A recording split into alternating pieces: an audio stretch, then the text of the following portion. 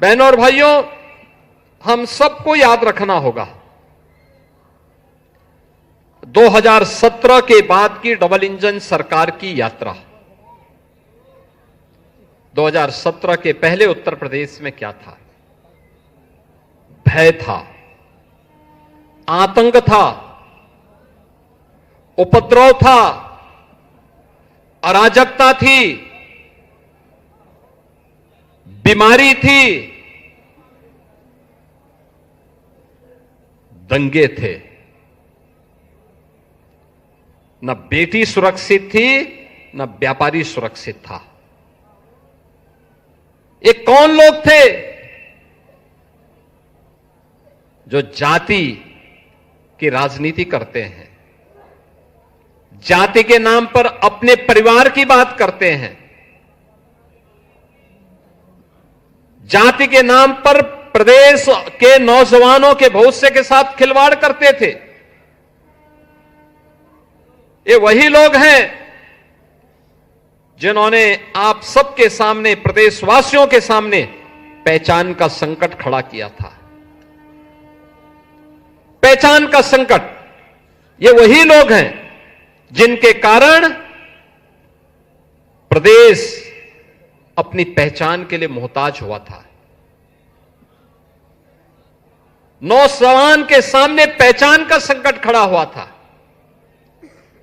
आज मैं कह सकता हूं, आदरणीय प्रधानमंत्री मोदी जी के नेतृत्व में अब समस्या नहीं, समाधान की बात होती है।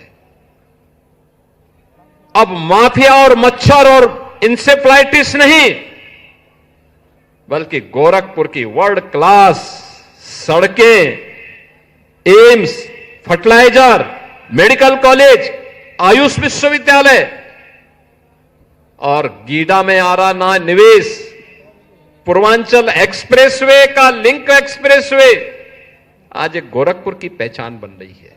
नए भारत का नया उत्तर प्रदेश, तो नए उत्तर प्रदेश का नया गोरखपुर। और उस नए उत्तर प्रदेश के लिए अब बीमारों से ब्रेक थ्रू और ब्रेक थ्रू से पहचान की एक रिकोडिंग करने की प्रक्रिया के साथ अब उत्तर प्रदेश आगे बढ़ चला है। तो स्वाभाविक रूप से ये परिवारवादी और जातिवादी मानसिकता के लोग कैसे इसको बर्दाश्त करेंगे?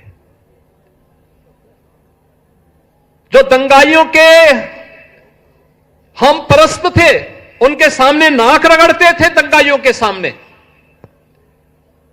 आज जब दंगाई अपने बिल के अंदर घुस चुका है और जो घुसना नहीं चाहता था उसको जबरदस्ती नाक रगड़ करके आज प्रदेश को दंगा मुक्त करने का कार्य किया, तो उसके जितने भी हमदर्द थे वे सब परेशान हो उठे हैं, क्योंकि उन सब की आजीविका पर इसका बुरा असर पड़ गया है। हमने नौजवानों के लिए आजीविका के अवसर दिए हैं। ये डबल इंजन सरकार ने नौजवानों को सरकारी नौकरी भी दी है और निवेश का बेहतरीन वातावरण बना करके प्रदेश में निवेश की एक नई बहार बहाई है। निवेश आता तब है जब सुरक्षा का माहौल होता है। निवेश आता तब है जब अच्छा इंफ्रास्ट्रक्चर होता है। निवेश आता तब है जब स्केल को स्किलिंग में बदल करके नौजवानों को उन्हीं के गांव में, उन्हीं के जनपद में, उन्हीं के क्षेत्र में, उन्हीं के प्रदेश में नौकरी की सुविधा प्राप्त होती है। और हम कह सकते हैं उत्तर प्रदेश में आया हुआ 45 लाख करोड़ रुपए का निवेश का प्रस्ताव, उत्तर प्रदेश के अंदर 1.5 करोड़ से अधिक नौजवानों के लिए नौकरी की गारंटी का दस्तावेज है। और उत्तर प्रदेश के नौजवानों को इसके माध्यम से आज उत्तर प्रदेश के अंदर नौकरी मिल रही है। याद करना, जब भी विकास की प्रक्रिया आगे बढ़ेगी तो परिवारवादी और जातिवादी ताकतें फिर से सिर उठा करके अव्यवस्था पैदा करने का प्रयास करेंगे, क्योंकि उनके आका भी उनको पीछे से धकेलते होंगे कि वे पैसा लिए हो तो कुछ तो उपद्रव करो, लेकिन उनको मालूम है उपद्रव करेंगे तो फिर उत्तर प्रदेश सरकार उपद्रवियों के साथ किस प्रकार का व्यवहार करती है यह भी उनको मालूम है। अब उत्तर प्रदेश उपद्रव प्रदेश नहीं, उत्सव प्रदेश है, उत्सव प्रदेश।